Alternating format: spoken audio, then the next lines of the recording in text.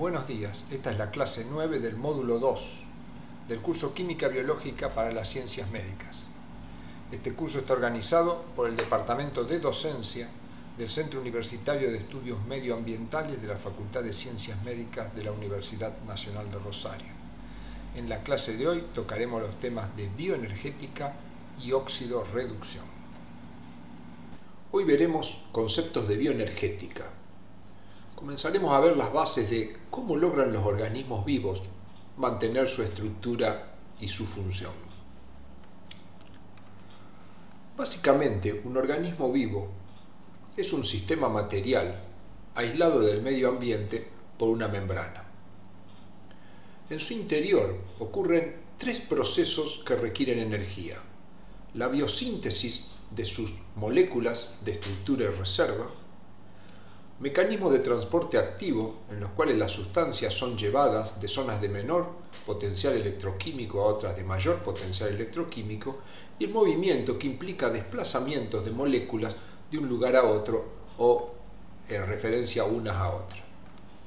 Todos estos procesos requieren energía química, y esta energía química se obtiene a partir de nutrientes que son incorporados desde el medio externo. Estos nutrientes deben poseer energía química que pueda ser transformada a formas útiles para cumplir estos tres procesos que son características de los organismos vivos. En el proceso de transformación de los nutrientes en energía química disponible, se generan moléculas de desecho que son vertidas al medio ambiente nuevamente. Los organismos vivos los podemos dividir en dos grandes grupos: los autótrofos y los heterótrofos. Un organismo autótrofo es aquel que incorpora sustancias del medio ambiente y utiliza la energía del sol. Con esto logra la construcción de sus estructuras y reservas. Luego, a estas reservas y a las estructuras las somete a metabolismo, con el cual puede destruir estas moléculas, devolviendo moléculas de desecho al medio ambiente. Y con la energía obtenida en estos procesos metabólicos realiza los tres procesos mencionados, que son atributos de un organismo vivo: la biosíntesis, el transporte activo y el movimiento. Por otro lado, el heterótrofo carece de la posibilidad de utilizar la energía del sol y por lo tanto incorpora sustancias del medio ambiente, pero también incorporará organismos autótrofos de manera de obtener la energía a partir de las estructuras y reservas que estos construyeron. Entonces, a partir de moléculas del medio ambiente, como por ejemplo el oxígeno, que fue liberado por los autótrofos, y a partir de moléculas de estructura y de reserva de los autótrofos, logrará construir sus propias estructuras y reservas, con lo cual luego, al someterlos a metabolismo, podrá cumplir los tres procesos característicos de los organismos vivos que ya hemos mencionado, y a su vez devolverá sustancias al medio que serán utilizadas por los autótrofos, como por ejemplo el dióxido de carbono. Viendo un poco más en detalle los mecanismos que ocurren dentro de los organismos vivos, los nutrientes, que los incorporamos a través de los alimentos, en general son macromoléculas. Estas macromoléculas, en primer lugar, son sometidas a una serie de procesos químicos conocidos como catabolismo. Estas macromoléculas, al ser sometidas a procesos químicos, generan moléculas de desecho, y en estos procesos se libera energía. Esa energía que se libera, en primer lugar, es utilizada para producir la unión entre una molécula conocida como ADP y fósforo para generar ATP. En ambos casos tenemos lo mismo. Este ATP generado, de alguna manera, que ya veremos a continuación, atrapa la energía liberada en estos procesos de transformación de macromoléculas en moléculas pequeñas, conocido como catabolismo. Una vez que la energía está atrapada dentro de la molécula de ATP, esa energía puede ser liberada volviendo el ATP a su forma original, que es ADP más fósforo, y libera energía. Esa energía puede ser utilizada para realizar trabajo, es decir, cambiar la posición de cuerpos o estructuras, respecto de un marco de referencia, o bien pueden ser utilizadas en los procesos que conocemos como anabolismo, en el cual se construyen moléculas de estructura o bien moléculas de reserva.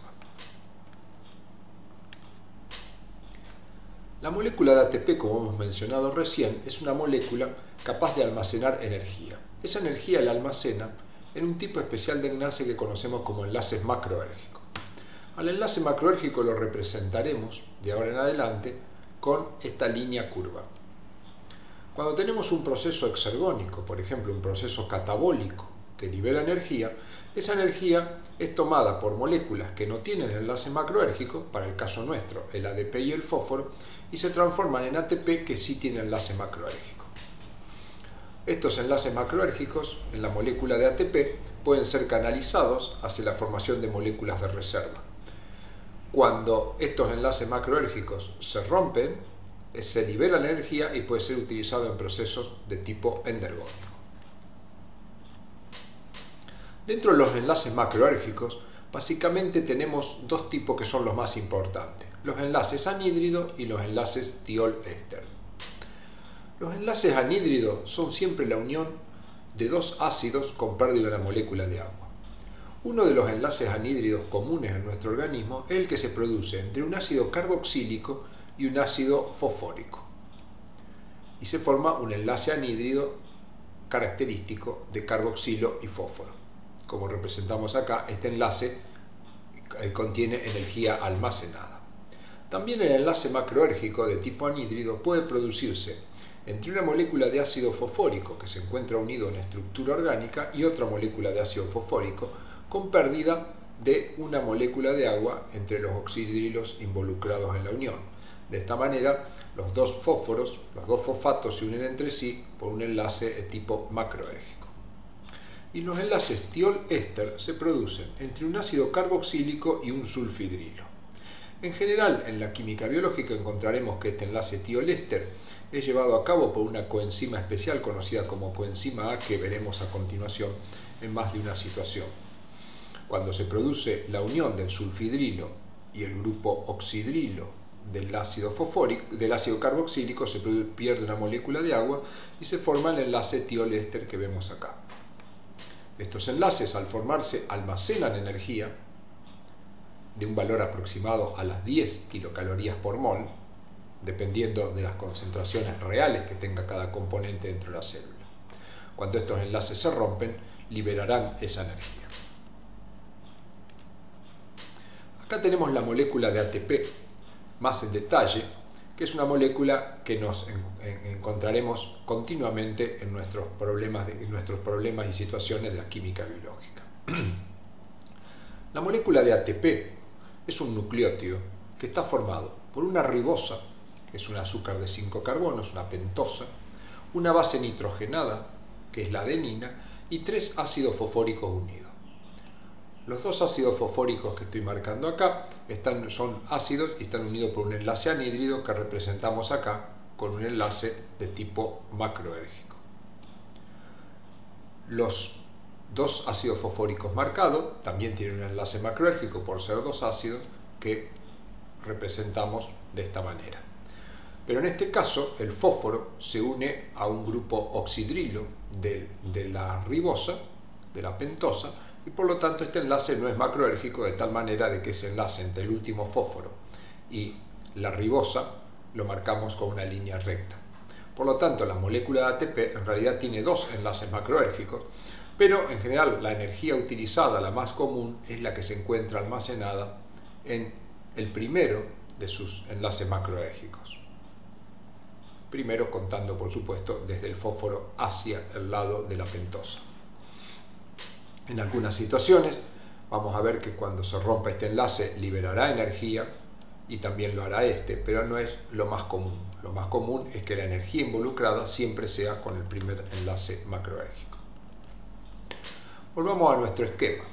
Entonces, la formación de los enlaces macroérgicos del ATP a partir del ADP y el fósforo se produce por energía liberada en procesos catabólicos que se producen por degradación de moléculas grandes o macromoléculas en moléculas más pequeñas que en general constituyen moléculas de desecho. Veamos ampliado esto. Entonces, el ADP y el fósforo se unen para formar ATP y acá reciben energía habitualmente de procesos que la liberan, como procesos de tipo catabólico. Luego, cuando el ATP se vuelva a transformar en ADP y fósforo, se romperá el enlace macroérgico y entregará esta energía para algún proceso de tipo endergónico.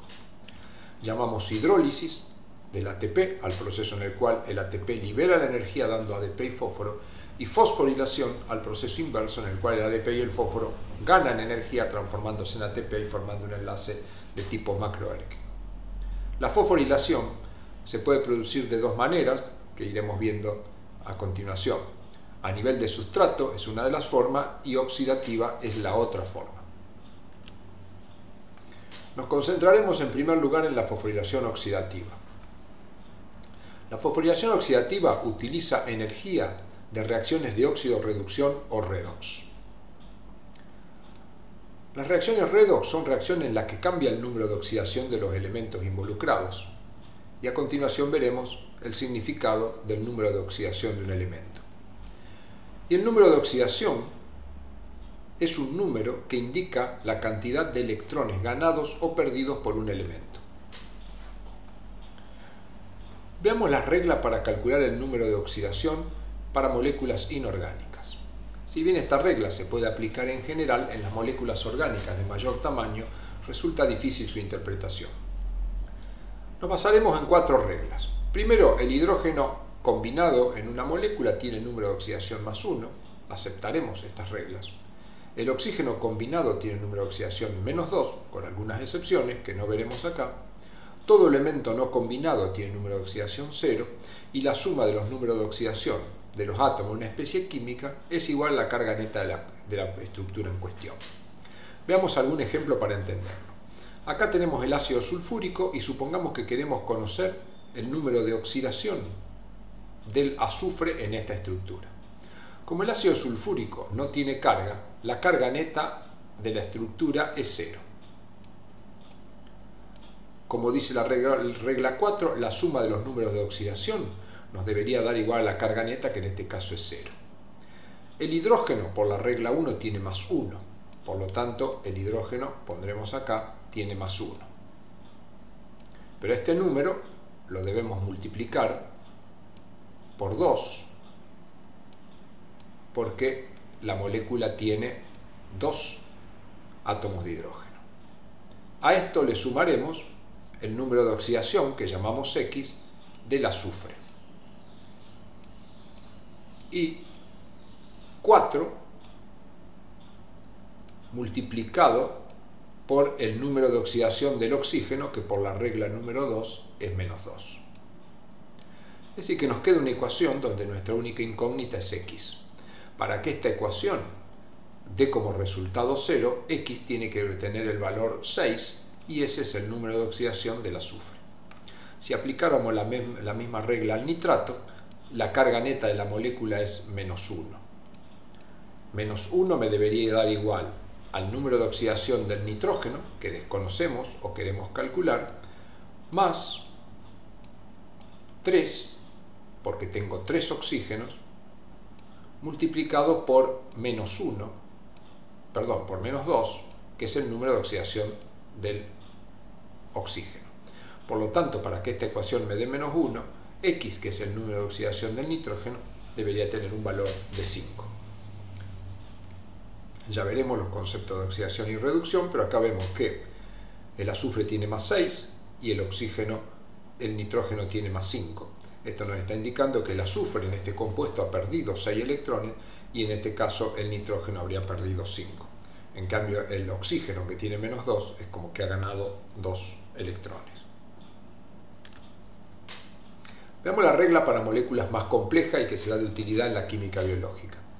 El número de oxidación lo podemos calcular también como una ecuación que tiene 3 términos: el número de electrones de valencia, el número de electrones no enlazante y el número de electrones ganados en una unión química, dependiendo de la electronegatividad. Cuando electrones son compartidos entre 2 átomos, consideramos que aquel átomo que tiene más electronegatividad los gana y el que tiene menos no gana electrones en esa unión. Veamos el caso del iodouro de hidrógeno y calculemos el número de oxidación de ambos elementos. Comencemos con el iodo. El número de electrones de valencia es la cantidad de electrones que se saca en función del número atómico y la configuración electrónica. En este caso está representado por las cruces y son 7 electrones.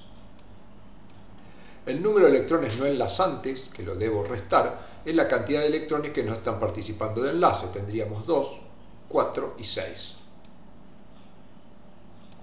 Y menos el número de electrones ganados. En la unión química hay 2 electrones que, como el iodo tiene más electronegatividad que el hidrógeno, estos 2 electrones consideramos que pertenecen al iodo. Por lo tanto, si hacemos la cuenta, vemos que el iodo en esta especie química tiene un número de oxidación de menos 1. Si analizáramos el hidrógeno tendríamos lo mismo. El número de electrones de valencia tiene 1. Número de electrones no enlazante tiene 0, porque vemos que el hidrógeno no tiene ningún electrón que no participe en enlace. Y número de electrones ganados tiene 0, porque los electrones de la unión química pertenecen al iodo. Por lo tanto, el hidrógeno tiene un número de oxidación de más 1. La suma de los números de oxidación me debe dar igual a la carga. Como tengo un iodo que tiene menos 1 y un hidrógeno que tiene más 1, la carga es 0. Veamos el dióxido de carbono, que es uno de los elementos, de uno de los compuestos eliminados por los organismos vivos durante los procesos catabólicos. Analicemos el carbono. El carbono tiene 4 electrones de valencia, como podemos ver acá representado por las cruces. Electrones no enlazantes no tiene ninguno porque todos sus 4 electrones se encuentran involucrados en el enlace.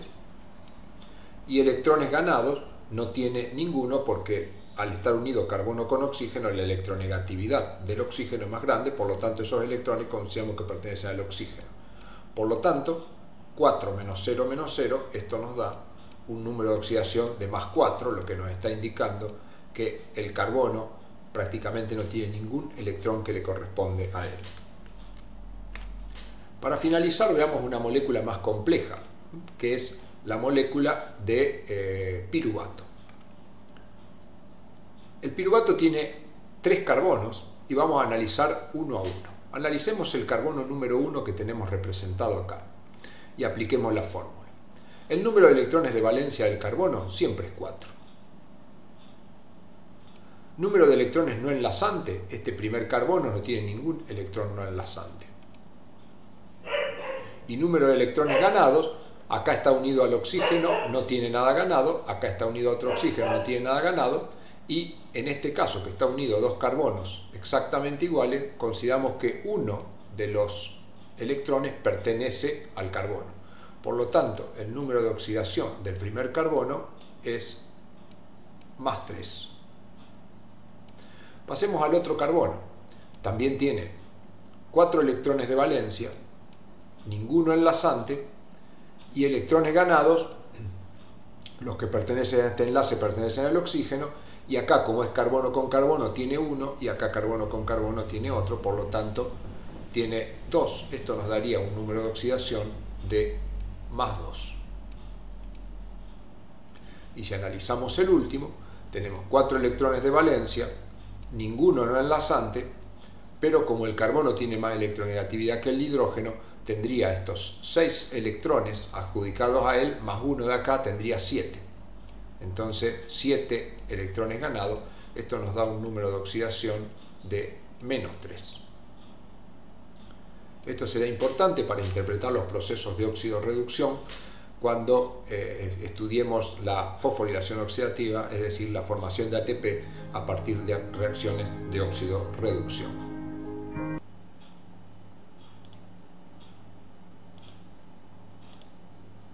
Hoy veremos el tema óxido-reducción.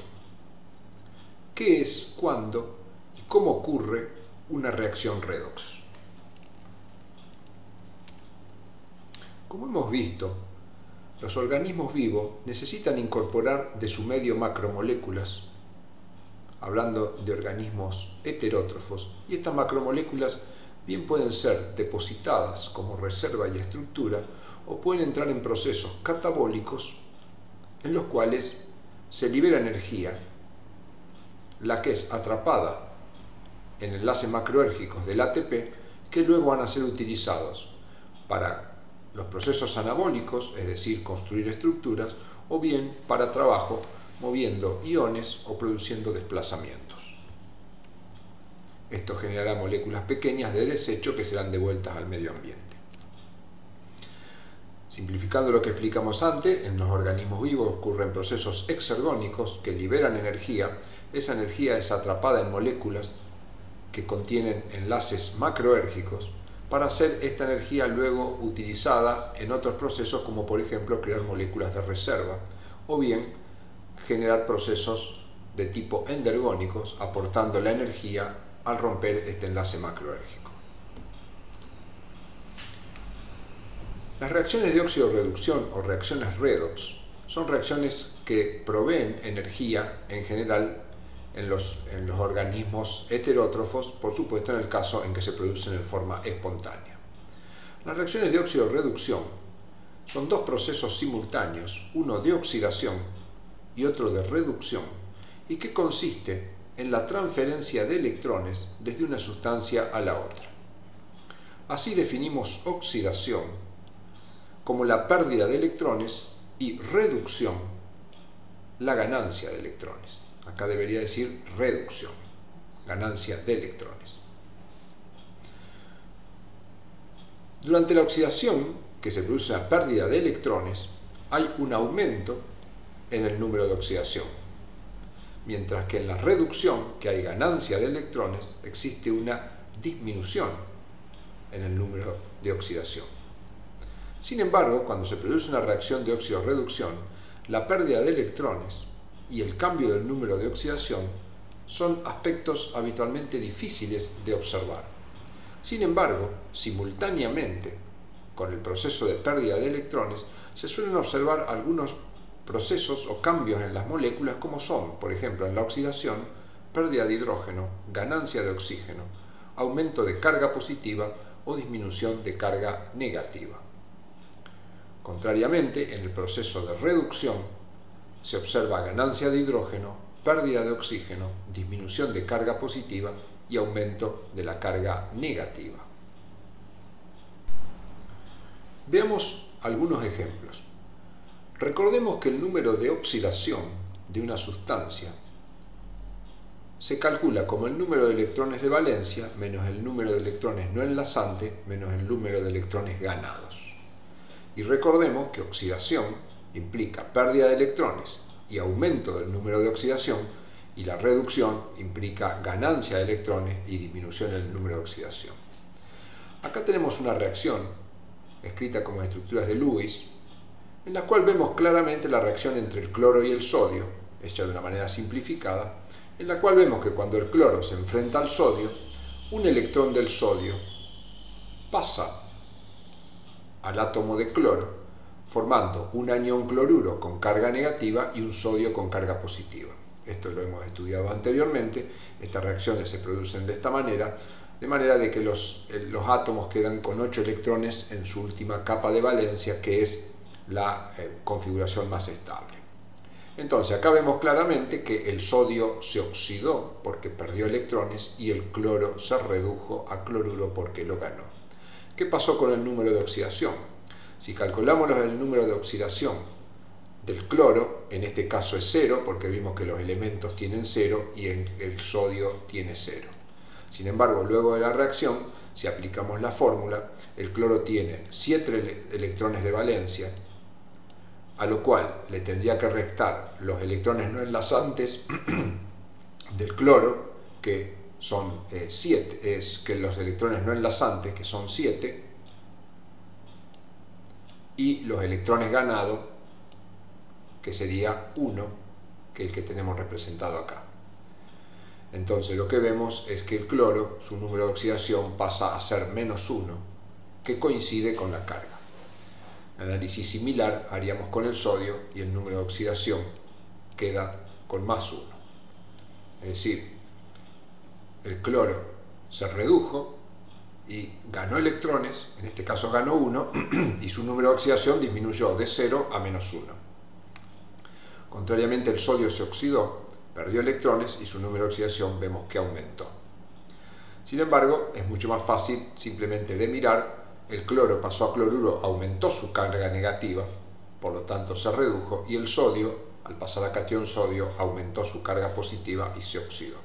Por lo tanto, estas cuatro características o rasgos siempre son más sencillos para ver si una molécula se oxida o se reduce.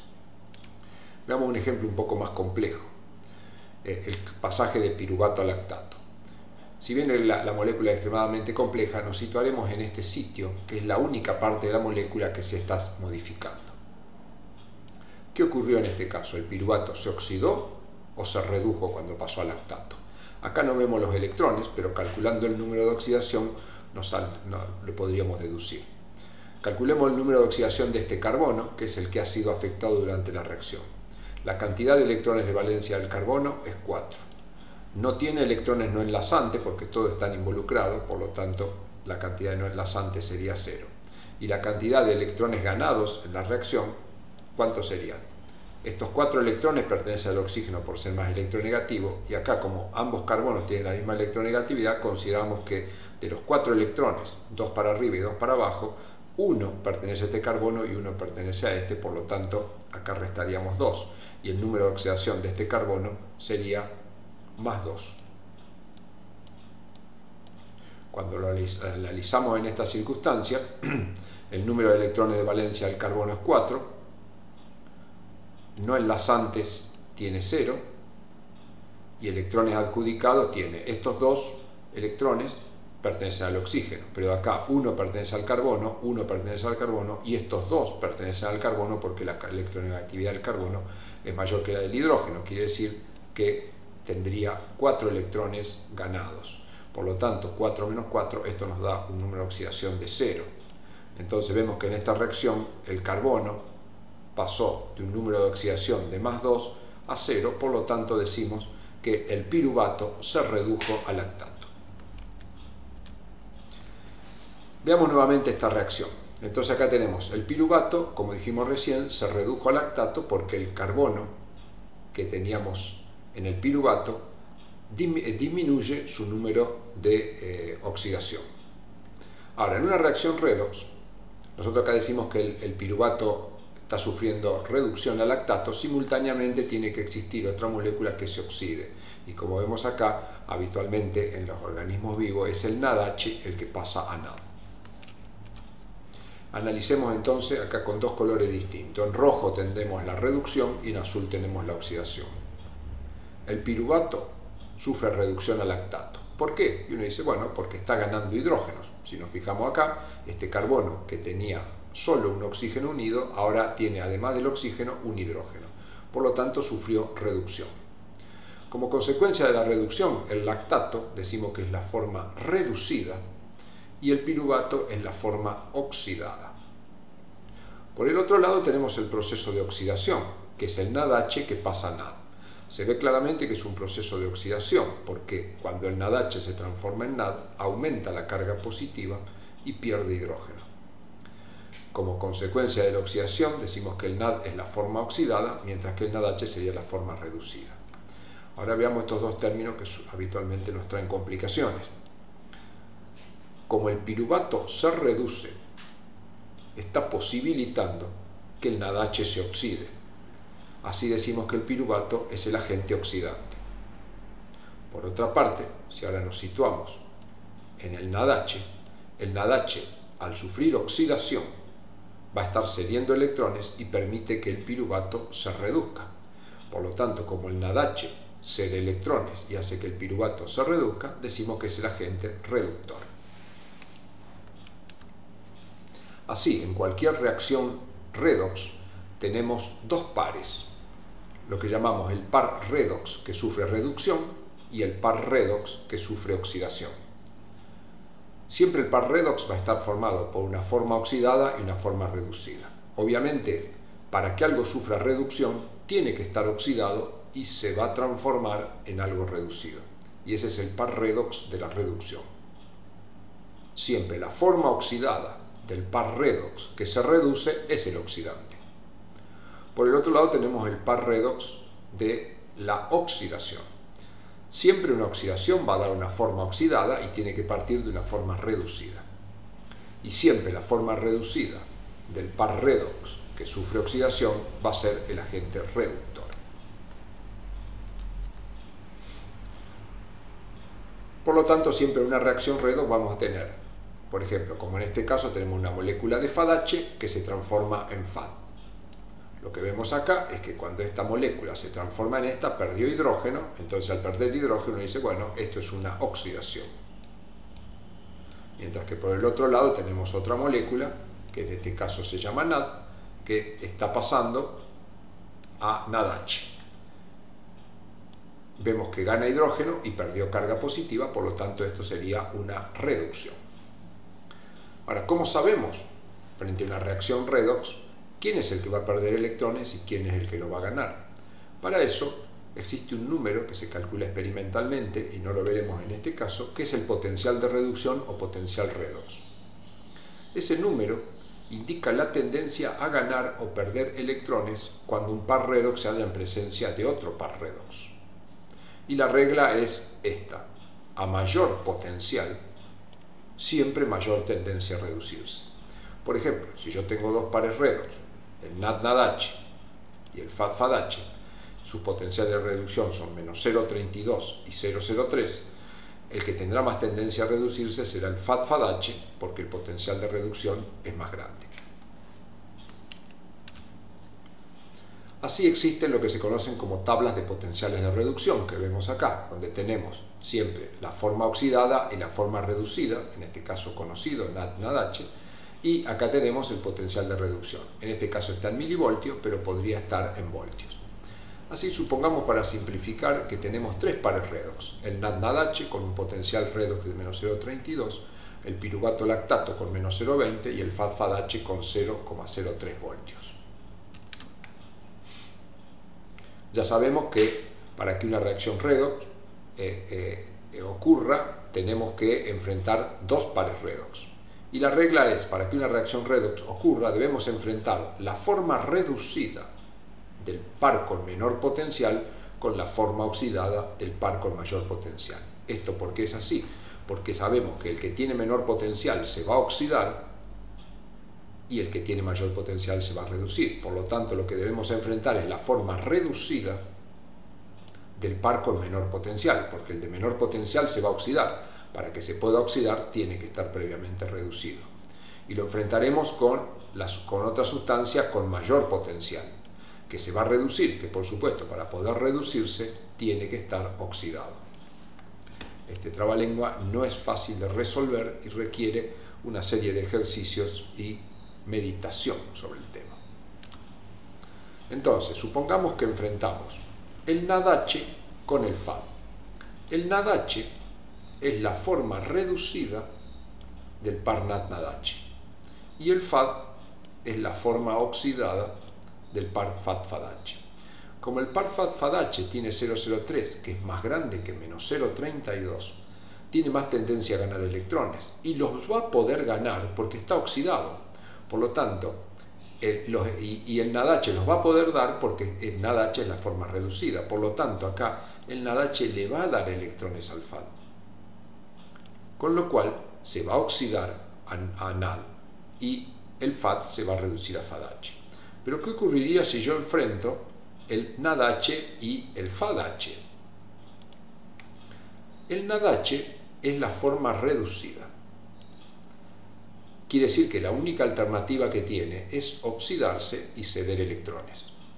El FADH también es la forma reducida y la única alternativa que tendría es oxidarse y ceder electrones. Por lo tanto, ambas sustancias la única posibilidad que tienen es ceder electrones y no hay una que los pueda ganar. Cuando las dos sustancias quieren ceder electrones, pues nadie los cede porque los electrones no pueden quedar sueltos en el universo. Veamos la otra situación. Estoy enfrentando el NAD, que es la forma oxidada de un par, con el FADH, que es la forma reducida. Entonces acá tengo una sustancia que la única posibilidad que tiene es ganar electrones y otra perderlos. Pero ¿qué problema tenemos acá? Que la sustancia que tiene la posibilidad de perderlo es la que por su potencial tiene mayor tendencia para ganar. Entonces entramos en una congruencia. No puede perder electrones el FAD porque su potencial le indica que tiene más tendencia a ganar que el NAD. Y el NAD tampoco podría ganarlo porque su potencial nos indica que tiene menos tendencia a ganarlo que el otro. Esa reacción no ocurriría. Si pasamos a la otra situación, en la cual tengo el NAD, que es la forma oxidada, y el FAD, que es la forma oxidada, acá el NAD, la única posibilidad que tendría es ganar electrones, y el FAD también ganar electrones, porque está la forma oxidada. Si los dos tienen tendencia a ganar electrones, pues nadie lo va a ganar, porque no hay electrones perdidos en el universo que uno pueda sacar de un sitio en especial. Solo puedo sacar electrones a una sustancia. Si yo enfrenté entre sí dos sustancias que tienen tendencia a ganar, no tienen a quién sacarle y la reacción no ocurrirá. Entonces, en general, para que una reacción ocurra, nosotros tenemos que tener siempre la forma reducida del par con menor potencial y la forma oxidada del par con mayor potencial. Recuerdo un profesor que me decía, cuando tenemos una tabla, para que la reacción redox ocurra, nosotros tenemos que poder trazar una Z entre la sustancia que tenemos reducida y la sustancia que tenemos oxidada. Por supuesto que si esta reacción ocurre, como dijimos, el NAD va a pasar a NADH y el FAD va a pasar a FADH, que es la reacción que tenemos en esta situación. Si esa reacción ocurre es porque su variación de energía libre es negativa. Nosotros sabemos que toda reacción espontánea tiene variación de energía libre negativa. En una reacción redox, la variación de energía libre se calcula con esta fórmula, donde la variación de energía libre es igual a menos el número de electrones intercambiados en una redox por la constante de Faraday por la diferencia entre el potencial del oxidante, es decir, la sustancia que se reduce, menos el potencial del reductor, es decir, la sustancia que se oxida. Acá vemos el cálculo. N en las reacciones redox más comunes dentro de los organismos vivos vale 2. F, una constante que vale 23 kilocalorías sobre mol y voltio, y el potencial del oxidante sería 0,03 voltios, menos el potencial de reducción, que es menos 0,32. Esto da menos 16,1, que es negativo, y que nos está indicando de que esa reacción es espontánea y justamente ocurre. Veamos ahora otro caso, más acercándonos hacia los problemas biológicos. Supongamos que el NAD tiene la posibilidad de pasar a NADH y el lactato a piruvato. Tenemos los potenciales de reducción y entonces podríamos plantear esa reacción, que el lactato pasa a piruvato y que el NAD pasa a NADH. Si calculamos el delta G de esta reacción, tendríamos menos 2 por 23, que son las constantes.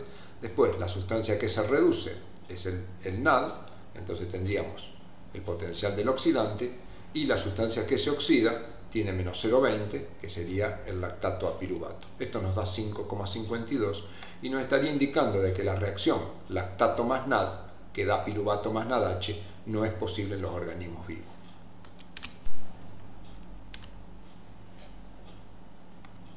Como veremos más adelante, en algunas circunstancias la reacción que acabamos de hablar ocurre en sentidos distintos, a pesar de que lo que demostramos es que esa reacción no era espontánea. En algunas circunstancias, el piruvato con el NADH puede generar lactato más NAD. Esto ocurre habitualmente, como veremos más adelante, en el músculo en algunas condiciones en particular. Pero en otros tejidos y simultáneamente, el lactato con el NAD puede dar piruvato más NADH. Es decir, de tal manera de que en un tejido la reacción, el piruvato es el que se reduce al lactato, pero en otro tejido el lactato es el que se oxida a piruvato, generando reacciones que van en un sentido y en el otro, y este caso particular que estudiaremos se conoce con el nombre de ciclo de Cori. Si esta reacción ocurre en el músculo, como está escrita, y esta reacción ocurre en el hígado, como está escrita, quiere decir que ambas reacciones tienen delta G negativo. Sin embargo, cuando calculamos el delta G con la fórmula anterior nos daba solo positivo. Lo que ocurre es que cuando nosotros realizamos una reacción química, el delta G, en cierta medida, depende de las concentraciones de reactivos y productos. Entonces, en algunas circunstancias, aunque esta reacción sea positiva, si la concentración de los reactivos aumenta mucho y la concentración de los productos baja, esto hace que este cociente cambie y el logaritmo y el producto por R por T, que son constantes, se torne negativo y haga que este valor pase de un valor mayor que 0 a un valor menor que 0.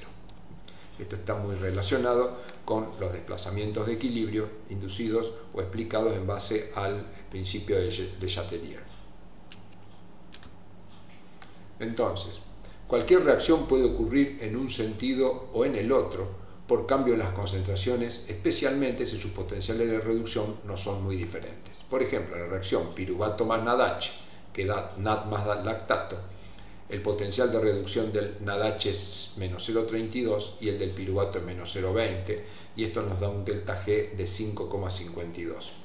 Cuando los delta G son valores, supongamos, parecidos a esto, esta reacción puede ir para un lado o para el otro si aumentamos la concentración de reactivo o de productos. Es decir, si yo aumento la concentración de NADH, por ejemplo, esta reacción va a tender en aquel sentido, pero si yo aumentara la concentración de lactato, la reacción podría ir en sentido contrario, como nos explicaba el principio de Le Chatelier. Pero en algunas circunstancias, por ejemplo, planteemos la reacción oxígeno más NADH, que nos da NAD más agua. El NADH tiene un potencial de menos 0,32, el oxígeno de 0,82. Cuando calculamos el delta G, esto nos da menos 52. Esto nos está indicando de que esta reacción es tremendamente exergónica y espontánea hacia la derecha, y por lo tanto debería ser muy grande la energía que yo tengo que aplicar para que vaya en sentido contrario, o debería ser muy grande los cambios que yo debería inducir en estas concentraciones para que la reacción vaya para aquel lado. Los cambios en concentración muy grandes, por ejemplo, elevar tanto la concentración de NAD que la reacción vaya en sentido contrario, o bajar tanto estas concentraciones, son incompatibles con el funcionamiento de los organismos vivos, y entonces, en algunas circunstancias, hay reacciones que dentro de los organismos vivos no ocurren. Sin embargo, sabemos, por ejemplo, que el oxígeno con el NADH da NAD más agua. Esto es una ecuación global que estudiaremos más adelante, y esto genera energía para la formación de ATP.